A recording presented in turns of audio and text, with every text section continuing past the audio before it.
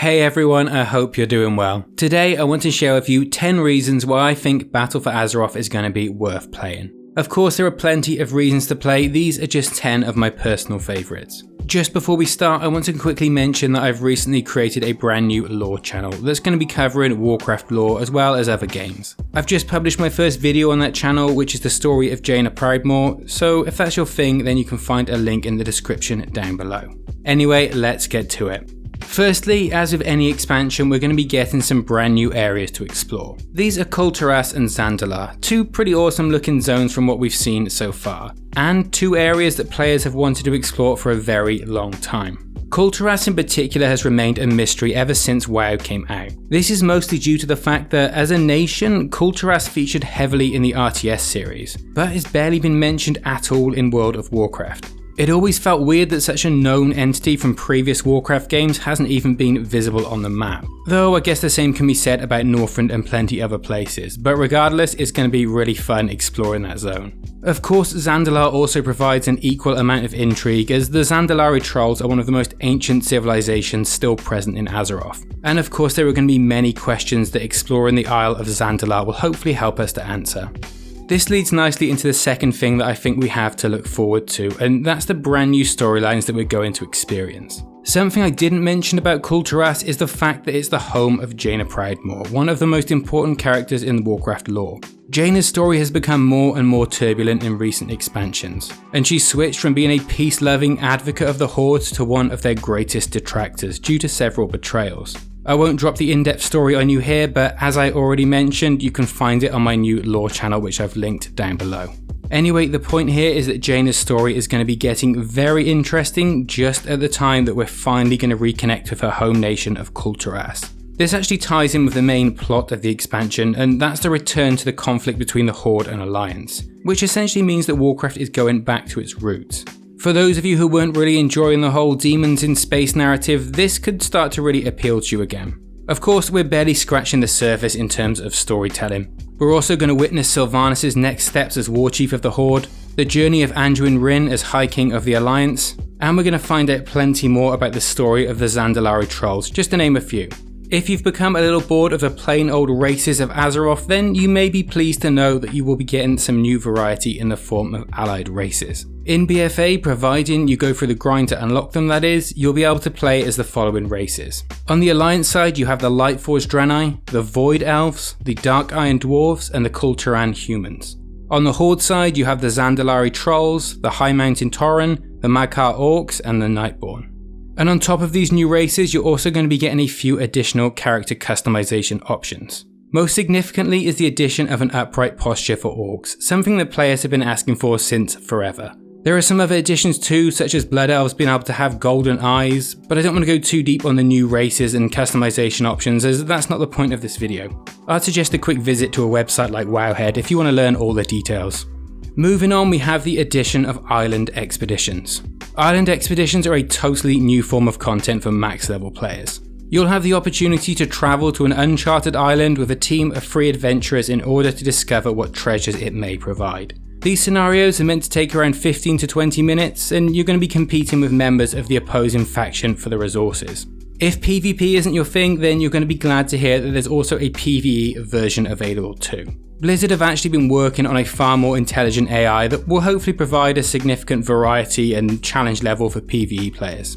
There are going to be multiple difficulty levels and encounters are going to be randomly generated. So even if you visited an island before, then you should be provided with a different encounter to deal with each time. Another totally new content type that we're going to be seeing with the launch of BFA is HARFRONTS.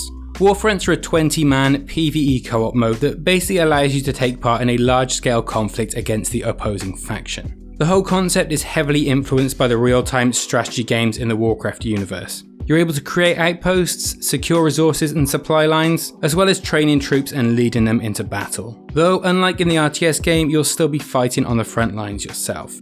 The objective is to take control of the warfront for your faction, and you'll be able to do this by contributing to your faction's war effort in a number of different ways. Once a faction gains control of a warfront, that faction's members will gain access to certain world content for as long as they continue to hold it. That's the absolute basics. I'm not going to explain Warfronts in detail here as that's outside of the scope of this top 10 video, but it's worth looking into and it's nice to see some original game modes in WoW. Before we move on, just to clarify, there is no PvP version of Warfronts right now. This next one is perhaps a little controversial, and that is War Mode. So basically there are no longer PvP and PvE realms in WoW, which I'll admit instantly made me nervous as soon as I heard about this, but what they're doing is kind of cool. Instead of picking either a PvP or a PvE server, you're going to have the option to toggle World PvP on or off. This is going to be known as War Mode. Basically, you can toggle it on or off at your capital city, so either Stormwind or Orgrimmar, and when you do, it's going to put you in instances of the world with other people who have also toggled War Mode. This means that if you want to just quest in peace, then you can toggle War Mode off, but if you want to World PvP, you can toggle it on. The big question is, why would you even bother? Well, many people would probably activate it just because they love World PvP, but there is further incentive to turn it on. If you have War Mode on while leveling, you'll gain bonus experience. If you have it on at max level, then you'll gain bonus rewards from world quests. And on top of that, you'll have access to PvP talents in the open world. So in that regard, you actually have more incentive to World PvP than you did previously. Though it does take something away from World PvP, at least in my mind.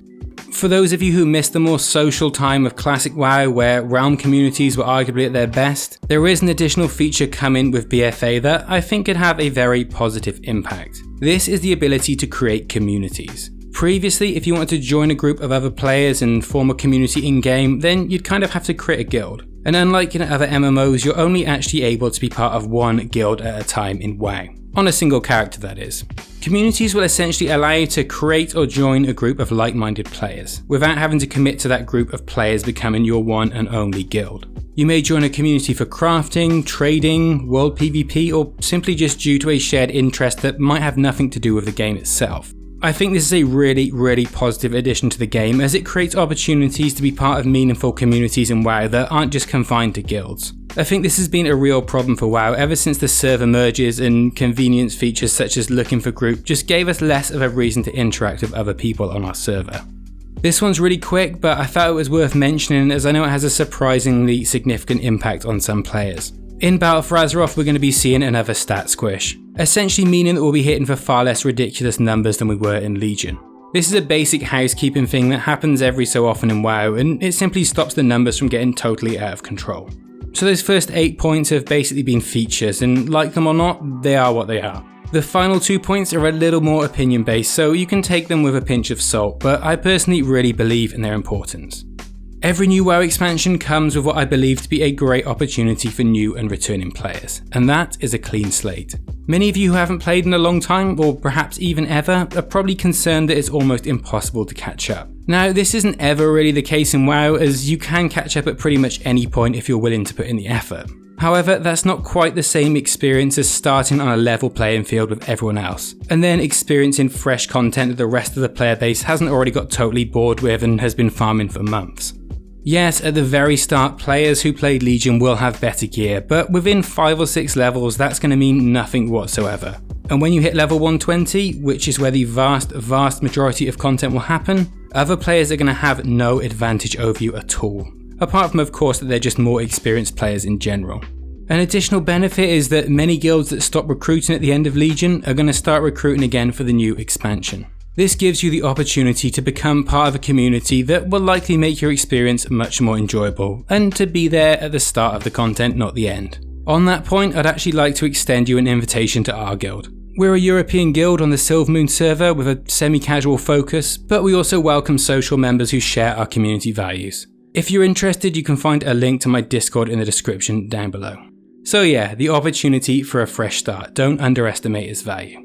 And finally, at number 10, I personally believe that many of the systems in BFA are improving on the systems that we didn't enjoy so much in Legion. That doesn't count for everything, of course, and I'll admit that some things do feel worse. However, I'd like to give a couple of examples on the positive side, as that's what this video has been all about. Firstly, we have the fact that artifact power will now be applied to a single item that covers all of your specs. Leveling up an artifact for every single spec became kind of a pain in the arse in Legion. This was especially true for people who like to play a number of classes at max level. In Battle for Azeroth, you won't be forced to invest so heavily in one particular spec, and hopefully this will allow players to enjoy the variety that their class has to offer, as well as being able to play more of their ults. You may have missed how painful this actually was in Legion if you started late, because by that point artifact power had kind of become meaningless, but right at the start it was a pretty significant block to leveling other specs and leveling ults. Another example is that legendaries will no longer be annoying items that you can basically only gain by chance. From what I've seen, this seems to apply to loot tables in general, and it looks like it's going to be a little easier to target specific items in BFA than it ever was in Legion. Another thing is that Warforging is apparently going to be toned down a little. It's going to be less common in BFA, and it's not going to offer quite as crazy a bonus as it did in Legion. And just generally, I feel that Blizzard are learning from mistakes made in Legion, and hopefully we're going to see some better systems in Battle for Azeroth. There are definitely systems that raise questions. Some of the Azerite armor stuff is a little bit worrying at this point, but generally I feel that the direction is a positive one. Of course, there'll be countless people who disagree with me, and to be honest, that's often the case when I have anything particularly positive to say about WoW. And that's fair enough, it certainly isn't going to be for all of us. But in my case, I'm excited by Battle for Azeroth, so I wanted to share that. There's plenty of negative content already available on YouTube, so I make this kind of video for those of you who'd rather focus on what's good.